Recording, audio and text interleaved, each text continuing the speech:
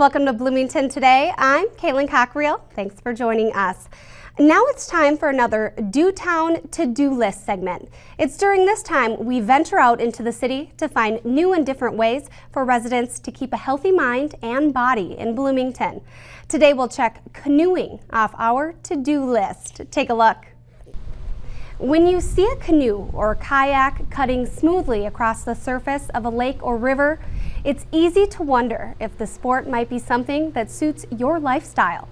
Both canoeing and kayaking involve paddling a small craft through water. Bush Lake is a prime spot to try out this sport. Just ask Bloomington resident Dr. Jamie Peters, who stores both a canoe and kayak in the city's racks each summer. I think there's a lot of things that make it ideal. Number one is that it's gorgeous. I mean, there's beautiful hills around Bush Lake. There's very natural areas where there's no houses, and you can use your imagination and feel like you're in the middle of North Country somewhere. Number two is that there's some interest to it. So it's not just a round lake. You have basically a large L, and so you're not just canoeing around circles. While the words canoe and kayak are often used interchangeably, there are a few basic differences. Canoeing can be very versatile. You can carry heavy weights, you can do trips on it, so you can do overnights. So it's versatile in that way. It's much better with two people than one person. So a kayak, especially a single person kayak, which is the majority of kayaks, is much more stable with one person. Jamie has been canoeing since the age of 9 and took up kayaking about 15 years ago. And while he enjoys both, today he'll be teaching me the basics of canoeing. First, we work together to transport the boat from the storage rack to the water's edge. Before we even hit the water, I'd like to learn a bit about each person's role in the boat. The person in the front and the person in the back do different things, correct? Correct. The person in the back is actually responsible for steering and the direction of the boat, so you want to make sure that's understood and there's compatibility personality-wise. Sometimes that could be a problem with my wife in the front, but that's, we work that through. And when you look at the boat, it's not completely symmetric, so that the boat itself, the bow, which is the front, the seat is further back than the stern, which is closer to the point, the back end of the boat. After learning the back paddler is the steering and the front person is the power, it's time to learn the proper handling of the paddle. Now, another big thing before we even get in the water is to make sure you are holding the paddle properly. How should we be doing that? Well, first of all, size-wise, you traditionally would want to have the paddle fit underneath your armpit, so I think we're pretty well set here with the right sizes. Yep. The hand, if you're paddling on the right-hand side or the starboard side of the boat, your hand is on, that left hand is on top of the paddle, okay, and the right is close to the neck, so that this is your stroke. Okay. And also key in that is when we're in the water, you'll see a lot of the stroke has to do with the movement of your body, so that you don't overuse your arms. What many people may not realize is there are specific strokes used in canoeing. Let's learn a few of the basics. The first is the forward stroke, and that's what both the person in the bow and the person in the stern would use. And that's with the hand up here, you catch or get the blade, that's this part, in the water, pull back through, then bring your arm around, and again, pull back through, bring your arm around. So it's a very simple stroke, and it should be very easy on your arms and shoulders. You also would want to be able to reverse that and go use the other side, and usually the person in the bow would be paddling on the opposite side from the person in the stern. So that again is communication. Another stroke that's very important is if you just use the forward stroke, the bow will normally turn the opposite side where your paddle is on. So the stern person has to master something called the J stroke. And a J stroke starts like a forward stroke and then forms on the right side, forms the letter J. So as you pull back, right when it gets past you, you push out that way, and that forces the bow back again in the proper direction. And the draw stroke is the reverse of the J. So if the bow person wants to help that pointing part and get that and make it easier on the stern person, it's the opposite of a J. They start from outside, pull inside, then pull straight back. Now that I've got the concept down, I think I'm ready to help launch the canoe. And joining us on the trip around Bush Lake is Jamie's 80-pound German Shepherd, Orso, proving that canoeing can be fun for all members of the family. When entering a canoe, make sure you wear a properly fitted life vest and step into the middle of the boat. Once we've settled in, we're off. And it's a gorgeous day for a canoe. So here we go. As a sports medicine doctor in the Twin Cities, Jamie has found canoeing and kayaking to be a great way to achieve a low-impact workout that can improve a person's aerobic fitness, as well as strength and flexibility. People should do what they enjoy, and they should do it a lot. And I think canoeing is just using different muscles, and that's all about cross-training. We encourage all of our patients, the entire population, to cross-train. That's a way to keep your muscles balanced, not overuse ones and not use others. And canoeing's great not only for the shoulders and for the arms, but as you twist and turn with canoeing or kayaking, it really strengthens those abdominal muscles, even the hip muscles, especially with kayaking. After a half hour on the lake, it's evident that canoeing and kayaking awakens muscles not used on a day-to-day basis. Not to mention, the view offshore is breathtaking on a gorgeous day. What a fun workout. Now we can check canoeing at Bush Lake off our to-do list. If you've missed recent to-do list segments, be sure to tune in to the July 4th episode of Bloomington Today, where we'll recap some of our favorite to-do list stories. And when you're finding ways to stay active in Bloomington, you should also be thinking of ways to eat healthier, which is why we're pleased to announce it's back. I'm talking about the Bloomington Farmers Market. Starting on Saturday, June 9th, this weekly gathering takes place in the east parking lot of Bloomington Civic Plaza every Saturday until October, running from 8 a.m. to 1 p.m. Here, local farmers and growers sell their own products directly to the public, allowing consumers to have a direct and unique interaction with the person growing their food. Bloomington's Farmers Market is more than just fresh fruits and veggies. You can find fresh cut flowers, berries, baked goods, and more. And this year, attendees can expect to encounter some positive changes to the market. You know, there's some really great changes coming to the farmers market this year. We're gonna expand the market. There's gonna be several new vendors. We have Wags and Purrs is gonna be selling cat treats, catnip toys, dog treats. We have a new pizza vendor. I love pizza. Doesn't everybody love pizza though, right? So that'll be great. And we're also going to have a new seating area where people can sit down and rest. We're going to have some cafe tables and chairs set out. It should be a really pleasant place to spend the morning. Some changes with parking are also in store for the market, with the main motivation behind these changes being overall public safety. People weren't watching for cars weren't necessarily yielding properly. So what we've done this year is we've eliminated all parking on the east side of Civic Plaza where the farmers market takes place. We'll have additional handicap parking on the west side and the northwest corner. But then this will be an entirely pedestrian-friendly area. It'll be a great park-like setting, and it really should enhance the whole market experience without vehicles. Many of the Saturday farmers markets at Civic Plaza will include entertainment for the entire family. Also, bring your EBT or credit card to use at the market free of fees. You'll receive tokens in exchange for card transactions. Hope to see you all at the market every Saturday. Now we'll head over to the city's South Loop District. This week's In the Loop segment focuses on construction around the Mall of America. And if you've been near the mall's south side lately, you'll definitely have noticed the tremendous progress made on the Radisson Blu hotel project. We spoke with the Mortensen Construction Project Manager recently, who let us in on the construction status of the 500-room luxury hotel. The majority of the exterior paneling has been installed, with the gray graphite tiles that will make up the outside of the hotel. The orange strip still visible is water sealing that will soon be covered with some black and some multicolored panels. The large Mall of America sign was taken down in late April, and the Skyway is now fully connected from the hotel to the mall's south side. Many of the crew members have taken their work inside, and sheetrock walls are up, dividing rooms and hallways up to level 9 of the 13 stories. We got to peek into a model room currently under construction to get an idea of what the room styles will look like.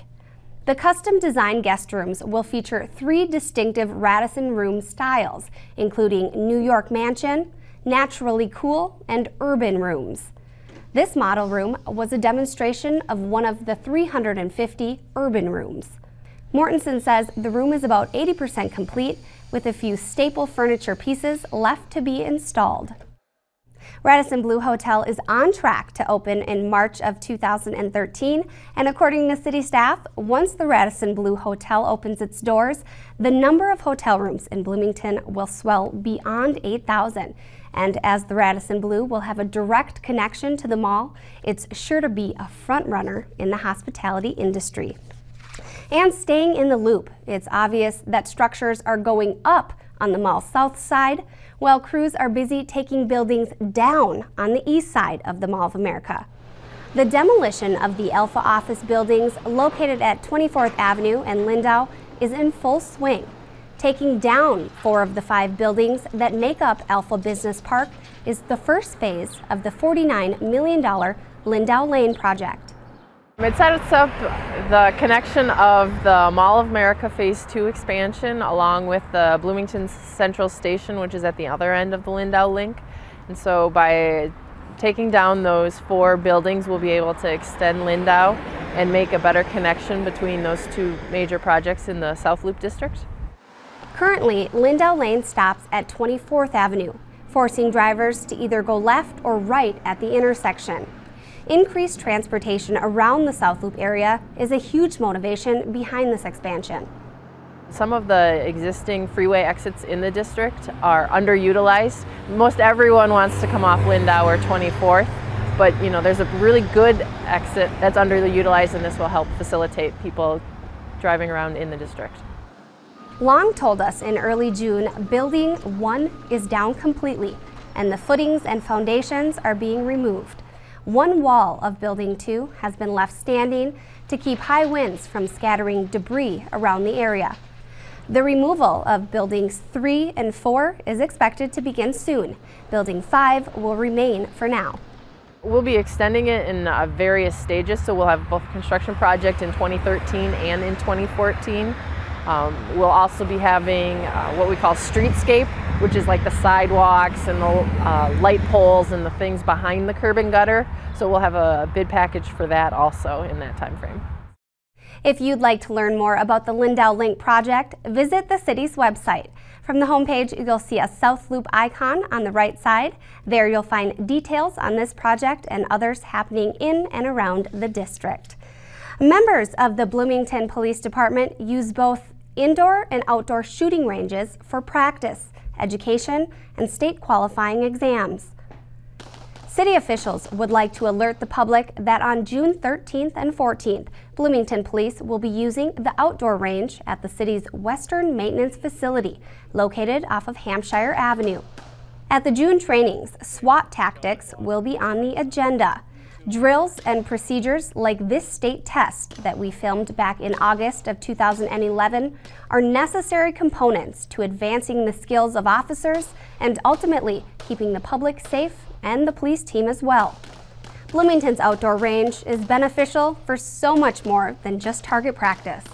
One of the good things about this facility is that it allows us to introduce some things that we can't do at the indoor range. In this particular case, we introduced some movement and some physical stress on people.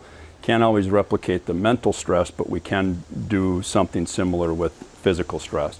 So by physically stressing the officers a little bit and introducing some movement, it really challenges and improves their skills.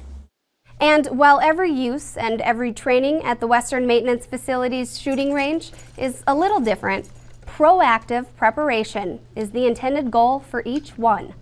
The reality of it is that most officers are going to go through an entire career without ever being involved in a shooting situation. Doesn't really even matter where they work. They're just not likely to be involved in that. But it's one of those situations where if they are involved in it, they better be able to handle themselves and win that encounter. And it's not only important for them to be able to protect themselves, but they need to be able to protect the citizens ultimately. Police officials ask that residents bear with them and plan their schedules accordingly if their work at the range may disrupt people's daily activities. To stay informed about when the outdoor range will be in use, sign up for police alerts through eSubscribe. That way you'll always be in the loop about what's happening with the Bloomington Police Department. And it's now time for a short break. When we come back, we'll be joined by the city's water resources specialist to discuss a recent grant awarded to the city that will keep water bodies around Bloomington even more clean than they already are. Stay with us. Oh, gee whiz, that was swell. Good job. Yes, my turn.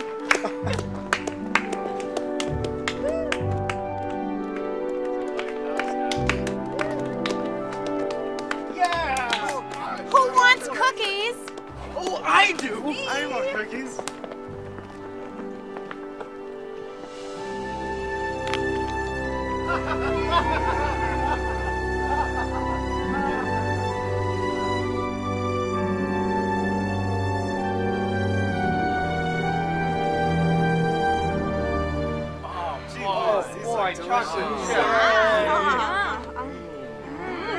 These sure are the best cookies, Mrs. J. You kids sure know how to work up an appetite. Can we work up an appetite tomorrow, too? Sure, Billy. Looks like Roscoe wants some too.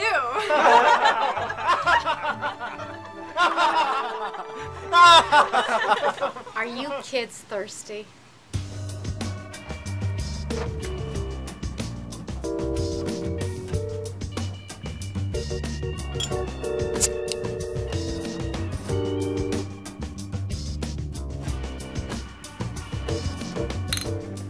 Ignoring underage drinking is the same as providing the bottle.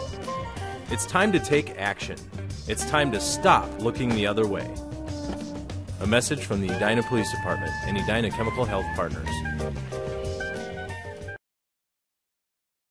Welcome back, everyone. We are now pleased to be joined by the city's water resources specialist, Brian Greedle. Welcome to the show. Thanks.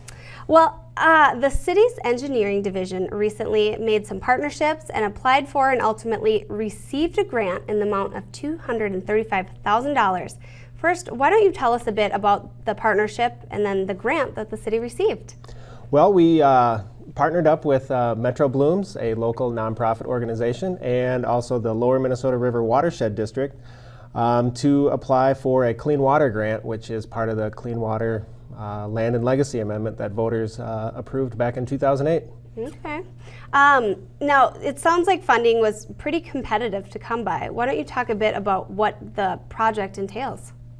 So, yeah, you know, it was fairly competitive. The Board of Water and Soil Resources received about 250 applicants for about close to $50 million worth of projects. The Green Streets for Blue Waters project is a collaborative effort between agencies to install curb cut rain gardens and other stormwater best management practices to help reduce sediment and other pollutants from reaching the Minnesota River. Okay, so that's what we're going to be aiming our money towards that the city received. Yeah, we're trying to improve the quality of the runoff water reaching the Minnesota River. Perfect. What areas of Bloomington will we see these changes in, and why are those places kind of key areas that need the changes? The project area is bounded by 102nd Street to the north, Lyndale Avenue to the west, and the Minnesota River to the south and east. Okay. And that area is primarily a residential area, and it drains to the Minnesota Valley Wildlife Refuge, which is a critical habitat area here in the Twin Cities. Okay. Well, residents not in that area, though, they don't have to be left out. They have the option of creating a rainwater garden. Why don't you describe more in detail what that is? Well, that's correct. I mean, anybody is able to install a rain garden with a little bit of planning. I think anybody can probably find a place where they might need one. A rain garden is a great way for property owners to reduce the amount of runoff flowing from their property. By capturing the polluted water and allowing it to infiltrate into the ground, we basically mimic natural processes by filtering it underground. And it's also a great way to beautify properties and increase the aesthetic value of our community and our neighborhoods. Yeah, really a twofold benefit, the environment and the overall aesthetics of the home. Why don't we briefly discuss the idea that green streets create blue water? What does that mean? So a green street is a street that uses vegetated facilities to help manage the stormwater runoff. So when it rains outside, the water that runs off the adjacent properties and streets is referred to as stormwater. And in order to better manage the runoff, we treat it through these vegetative processes that are nearby. And so they're sustainable stormwater practices that help us meet different compliance requirements and different resource protection goals. And we use the natural systems to help manage the stormwater in order to do this, and we reduce flows, improve our water quality, and also look to enhance the watershed health. It's very important. What kind of a timeline are we looking at for these projects? So the bulk of the design work will be taken care of over the course of this year. We'll be looking to install a few rain gardens on a smaller scale here this fall. Planting typically works better in the fall rather than trying to plant during the heat of the summer season. So that means the bulk of the construction then is going to take place in 2013. And then we're going to have a follow-up community maintenance event and education in 2014. Very cool. Is there anywhere that residents can go to learn more about this? Metro Blooms or the city's website? Metro Blooms does have some information available on their website, and the city also has information available on their website as well if others are interested. Wonderful. And lots online about creating a rainwater garden. So be sure to log on to the city's website and check that out. We'd like to thank Brian for being here today. It's time for a short break. We'll be right back. Making the world a better place is an intricate puzzle. And piece by piece, the women and men of Rotary have worked hard to fight hunger, promote literacy, and move the world toward peace. But there is still much to be done, still some missing pieces. And one of those missing pieces is you. Learn how you can help Rotary put together a better world at Rotary.org. Rotary, humanity in motion.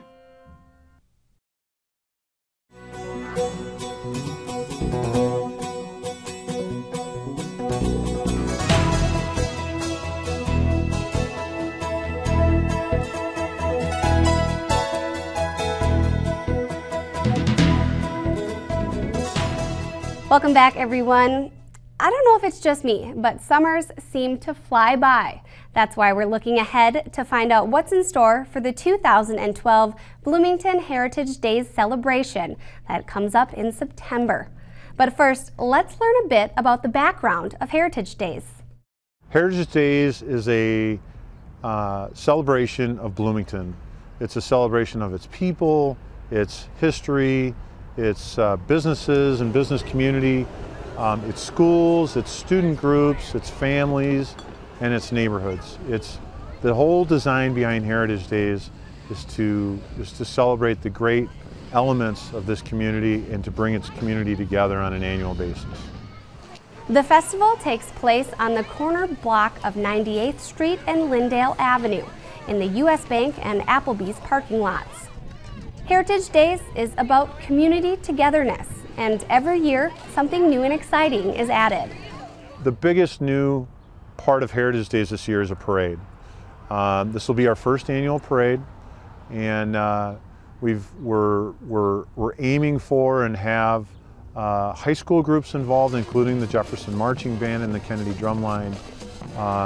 We're hoping and have already got Bloomington-based businesses and nonprofit organizations involved. General admission to the festival and most of the events and entertainment are all free. excluding the main event concert and the kids' bounce houses. But if you buy a button for $5, you get some additional perks. It's designed to not only rally the community and sort of indicate a sense of ownership over the festival, that you've taken an endorsement by people that you believe in the cause, but it's also designed to be a fundraiser for nonprofit organizations. And for anyone out selling that you might bump into selling the button, they're representing another nonprofit organization in the community, as well as Heritage Days. So when you buy the button, you're contributing to two good causes, not just one, and you're just showing your support and promoting the event itself. For the third year in a row, the presenting sponsor of Heritage Days for 2012 will be the Richfield Bloomington Credit Union. There's still a need for other event sponsors, so visit www.bloomingtonheritagedays.org to learn more. Now let's take a look at the newest art exhibition to move into Civic Plaza. Bloomington Theater and Art Center is pleased to welcome Unveiling, Three Women Explore Identity to the Inez Greenberg Gallery. In this exhibition, three women artists explore personal and cultural histories in a variety of two-dimensional media. Each artist voices a series of works surrounding women's identities. This includes small-scale paintings presenting human forms, a group of self-portraits challenging women by men in art, and a Blue series, which reflects the suppression of female identity through muted tones. Join all three artists on June 14th at 7 p.m. at Civic Plaza for the Artist Talk. You can enjoy the exhibit until June 22nd. Another art show will then move into the gallery at that time. And that's all the time we have for today. To get more information on city projects, parks, road construction, and events, visit the city's website. To check out past episodes of Bloomington Today or other city productions, visit Bloomington's YouTube channel, accessible right from the city's homepage. That and so much more is online right now at www.ci.bloomington.mn.us. If Facebook or Twitter isn't your thing, sign up for eSubscribe to have updates sent right to your email or cell phone. This is Bloomington Today, a presentation of the City of Bloomington's Communications Division. I'm Kaylin Cockerill. Thanks so much for joining us.